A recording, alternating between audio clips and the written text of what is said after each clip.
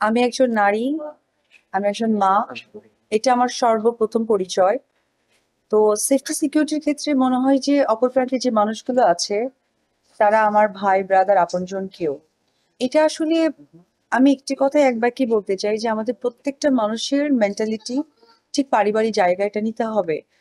অপর প্রান্তের মানুষ যে আমাকে বাজেভাবে ট্রিট করছে, সে সে তারও তো বাসা আছে, বাসায় যাচ্ছে, তার হয়তো বোন আছে, মা আছে, ওয়াইফ আছে বা মেয়ে সন্তান আছে। যখন তারা চিন্তা করবে যে আমার ঘরেও ঠিক এই 4টা পজিশনের মানুষ আছে আর আমি যে মানুষকে ট্রিট করছি সেও ঠিক তারও কারো হয়তো বা ওয়াইফ, মেয়ে, সন্তান, মা। তো এটা যখন মানসিকভাবে সৃষ্টি হবে তখন আমার মনে হচ্ছে সবকিছু ঠিকঠাক হয়ে যাবে। কারণ এটা কখনোই আপনাকে আমি বাধা দিয়ে, আপনি আমাকে বাধা দিয়ে কন্ট্রোল করা সম্ভব নয়। এটা আমাদের নিজেদের জায়গা থেকে সৃষ্টি করতে হবে। আমি একটা কথা ক্লিয়ার করি, আমি অপু বিশ্বাস 2007 থেকে আমার জার্নি শুরু। 2015 পর্যন্ত বড় পর্দা ছাড়া আপনারা কোনো এন্ডোর্সমেন্টে দেখেননি। আর সাম্প্রতিক সময় দেখবেন যে কিছু আর্টিস্ট যারা এসেছেন সিনেমা ওইভাবে করে উঠতে না পেরেও কিন্তু এন্ডোর্সমেন্টে আমার থেকে বেশি ইনভলভ হয়ে যাচ্ছে। তো একজন অভিনেত্রী হিসেবে পাশাপাশি এখন আমি একজন মাও বটে, আমার দায়িত্ব জায়গাটা অনেক বেশি স্ট্রং।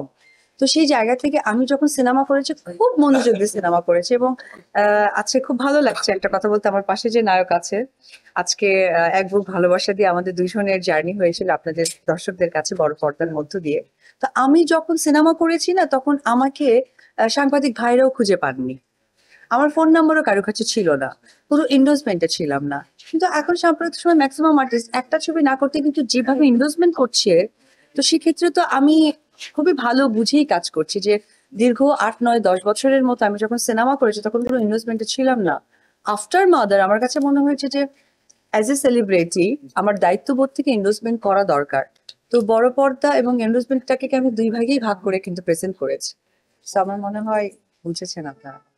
খুবই ভালো লাগে কারণ আমার যারা ফ্যান ফলোয়ার, যারা আমাকে চিন্তা করে বা আমাকে সারাক্ষণ দেখতে থাকে, ফলো করতে থাকে, তখন ভালো লাগাটা তোরা দ্বিগুণ বেড়ে যায়, কাজের দায়িত্ববোধটা বেড়ে যায় যে আরো ভালো কিছু করতে হবে। কারণ আমার দর্শক যারা ফ্যান ফলোয়ার তারা আমাকে ফলো করছে, ভালো ভালো কাজ করার চেষ্টা করছে। ব্যাগ কিন্তু আমরা জানি আমাদের সকলের প্রয়োজন হয়, কিন্তু আমরা যেটা বারবার ইমন বলছিল অথেন্টিক ব্যাপারটা, আমরা এখন প্রচুর ব্যাগ দেখতে পাই। আপনি খেয়াল করে দেখবেন যে একটা ড্রেসের দোকানে গেলেও ব্যাগ থাকছে। একটা আমার নিজেরও একটা বিজনেস প্রতিষ্ঠান আছে, ওখানেও আমি 2 একটা ব্যাগ রাখি। কিন্তু ব্যাগের জন্য স্পেসিফিক একটা শোরুম দরকার যেখানে বিভিন্ন ভ্যারিয়েন্টের ব্যাগ আছে, সেটা কিন্তু তারা একটু সাহসিকতাটা দেখিয়েছে। তবে আমার একটা মুখের কথা একদম কেড়ে নিয়ে এমন বলেছে, যেটা আমি বলতে চেয়েছিলাম সেটা হচ্ছে যে আমি হাঁটতে হাঁটতে বলতে নিয়েছিলাম, কারো ক্যাপচারে আছে কিনা, যে আমার পেছনে যে মানুষগুলো ক্যামেরা ধরে আছে তাদের জন্য এই দোকানটা একদম বেস্ট।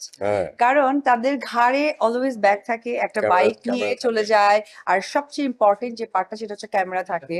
তো এইখানে ওই সমস্ত কিছু ব্যবহার করার জন্য কিন্তু তাদের আছে। তো আমিও স্পেশালি ভাইয়াকে বলবো যে আমার পেছনে যে ভাইরা আছে তাদেরকে অনেক সময় ছোট করা হয়, অনেক কিছু করে, কিন্তু তারা ছাড়া কিন্তু আমরা একেবারেই কিন্তু জিরো। এই কারণে জিরো, স্পেশাল ছাড় দিবেন। হ্যাঁ। তো ওই জায়গা থেকে তাদের জন্য স্পেশাল ছাড় এবং অবশ্যই আপনারা আসবেন। আবারও কংগ্রাচুলেশনস জানাই যে আজিজ খানকে যে তারা এত বড় একটা উদ্যোগ নিয়েছে এবং আমাকে গেস্ট হিসেবে করেছে। ইমন আমাকে সেখানে ডেকেছে। সেলিব্রিটির কাজ হচ্ছে যেমন এই আজকে আমরা একটা শোরুম ওপেনিং এসেছি, এখান থেকে কি হবে আমরা ইন্সপায়ার করছি কিছু ক্লায়েন্টকে যারা এসে এখানে অথেন্টিক ব্যাগ পাবে। যেমন ইমন যে ডিজাইনটা বলেছে, আমি আমার ভালো লাগাটা শেয়ার করেছি, এটা যখন মানুষের কাছে পৌঁছে যাবে তখন তারা একটা বিশ্বস্ত জায়গা পাবে। আচ্ছা ফাইন, আমি এই দোকান থেকে ব্যাগটা কিনলে ভালো কিছু পাবো, অথেন্টিক কিছু পাবো, বা আমি আমার চাহিদা সম্পন্ন কাজটা পাবো। তো একজন সেলিব্রিটির কাজ হচ্ছে একটি কাজ করা, সকলের কাছে পৌঁছে দেওয়া, পৌঁছে দেওয়ার পর যদি তার কাছে মনে হয় যে না এই জিনিসটা খুবই ভালো, আমি সেটা পিক করতে পারি, সো ডেফিনেটলি সে পিক করবে। তো একজন সেলিব্রিটি দেখানো কাজে এটা আমি ওইভাবে বলবো না, এটুকু বলবো যে একটা সেলিব্রিটির পথেই সকলে হাঁটবে, এটাই স্বাভাবিক।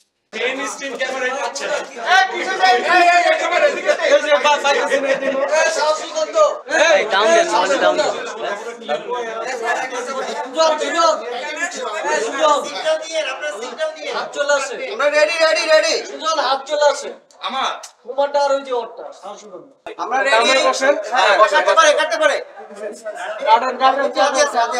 আরে চালাই তো নিচে নিচে। এই ভাই মাথাটা আসে পড়ে। এই ভাই কত এই ভাই ওই মাথা ডাউন দেন তো সামনে ভাই। হ্যাঁ কাটেন রেডি। এই ভাই মোবাইল ডান্ডা কাটবে রেডি কাটবে কাটবে কাটবে কাটবে কাটবে